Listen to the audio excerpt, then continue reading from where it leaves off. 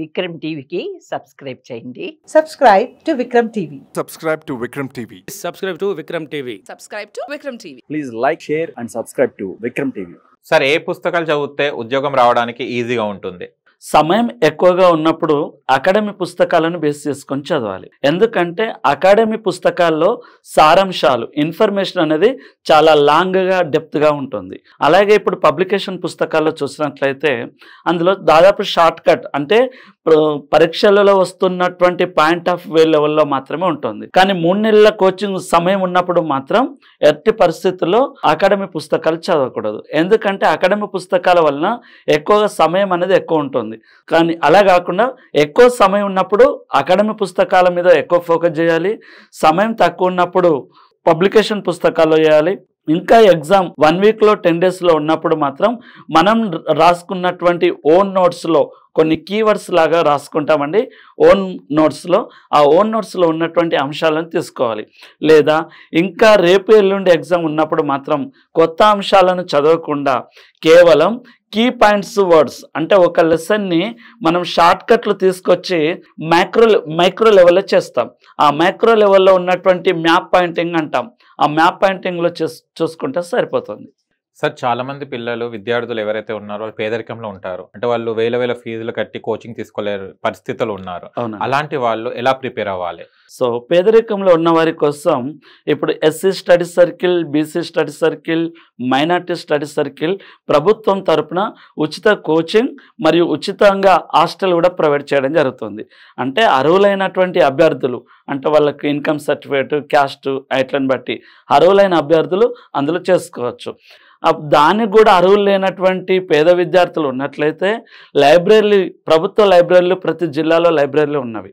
So ప్రతి జిల్లాలో ఉన్నటువంటి ప్రభుత్వ లైబ్రరీలో అన్ని రకాల పుస్తకాలను ప్రొవైడ్ చేయడం జరుగుతూ ఉంటుంది. సో లైబ్రరీలు లేదా స్టడీ హాళ్ళు లాంటివి యూజ్ చేసుకోవచ్చు. ఇక అది కూడా ఇబ్బందిగా ఉన్నప్పుడు యూట్యూబ్ ఛానల్లో కూడా ఫ్రీ యూట్యూబ్ ఛానల్స్ ఉన్నాయండి. ఫర్ ఎగ్జాంపుల్ మన విక్రమ్ టీవీ వాళ్ళు కూడా చాలా క్లాసెస్ అనుభవజ్ఞులైనటువంటి ఫ్యాకల్టీ ద్వారా ఇంటర్వ్యూల ద్వారా చెప్తున్నారు. సో వీటి ద్వారా కూడా వినొచ్చు. ఎందుకంటే అలా కూడా ఉద్యోగం సాధించవచ్చా అంటే ఇంతకుముందే చెప్పామండి. ఎగ్జాంపుల్ ఒక అమ్మాయి యూట్యూబ్ ఛానల్లో చూసి క్లాసెస్ విని దాదాపు ఒక ప్రభుత్వ ఉద్యోగం సాధించింది. గతంలో మనం ఇంటర్వ్యూలో చూసామండి. అలా పేదరికంలో ఉన్నవారు కోచింగ్ లేకపోయినా కానీ పుస్తకాలను, యూట్యూబ్ ఛానల్ని, ఆన్లైన్ క్లాసెస్ విని కూడా ఉద్యోగం సాధించడానికి ఆస్కారం ఉంది. అంటే కొంతమంది విద్యార్థులు వస్తారు మనకు కోచింగ్ సెంటర్స్ కోసం రీసెర్చ్ చేస్తుంటారు. ఆన్లైన్లో కానివ్వండి లేకుంటే ఆఫ్లైన్లో కానీ రీసెర్చ్ చేస్తుంటారు. ఒక మంచి విద్యార్థి ఒక కోచింగ్ సెంటర్ ఎంచుకోవాలంటే ప్రధానంగా చూడాల్సిన లక్షణాలు ఏంటి? కోచింగ్ సెంటర్ అక్కడ ఉన్నటువంటి ఫ్యాకల్టీల అంశాలు, ఫ్యాకల్టీ బాగా చెప్తున్నారా లేదా అనేది ఒకటి చూసుకోవాల్సి ఉంటుంది.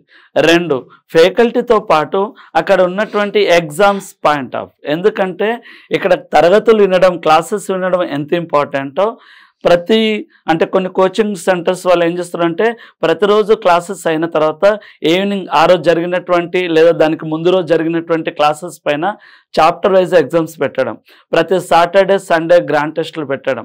అంటే మన అంశాలు నేర్చుకోవడంతో పాటు ఎంతవరకు నేర్చుకున్నాం అనేది ఎగ్జామ్స్ మాత్రమే తెలియజేస్తుంది. ఆ ఎగ్జామ్స్ ఏ ఇన్స్టిట్యూట్లో కండక్ట్ చేస్తున్నారో ఆ ఇన్స్టిట్యూట్లను చూజ్ చేసుకోవాల్సి ఉంటుంది. ఎందుకంటే ఈరోజు మనం నేర్చుకున్నది ఎంతవరకు గుర్తున్నది, ఎంతవరకు మనం సాధించడం అనేది ఒక పరీక్షలు మాత్రమే మనకు తెలియజేస్తవి. సో ప్రతి అభ్యర్థి టెస్టులు మాత్రం ఖచ్చితంగా రాయాల్సి ఉంటుంది. ఎందుకంటే టెస్టులు రాయనట్లయితే మనం డైరెక్ట్ ఎగ్జామే ప్రభుత్వం నిర్వహించే ఎగ్జామ్ రాసినట్లయితే ఏ మార్కుల వరకు ఏ స్టేజ్లో ఉన్నామనేది తెలియదు. సో డైలీ ప్రాక్టీస్ చేయడం వల్ల నీకు ఏ మార్కుల వరకు వస్తుంది, నువ్వు ఉద్యోగం సాధించడానికి దగ్గరలో ఉన్నావా దూరంలో ఉన్నావా అనేది పరీక్షలు అనేది తెలియజేస్తాయి. ఒకవేళ మనం ప్రాక్టీస్ చేసే పరీక్షల్లో మార్కులు తక్కువ వచ్చినట్లయితే వెంటనే మోడిఫికేషన్ అవ్వడానికి ఆస్కారం ఉంది.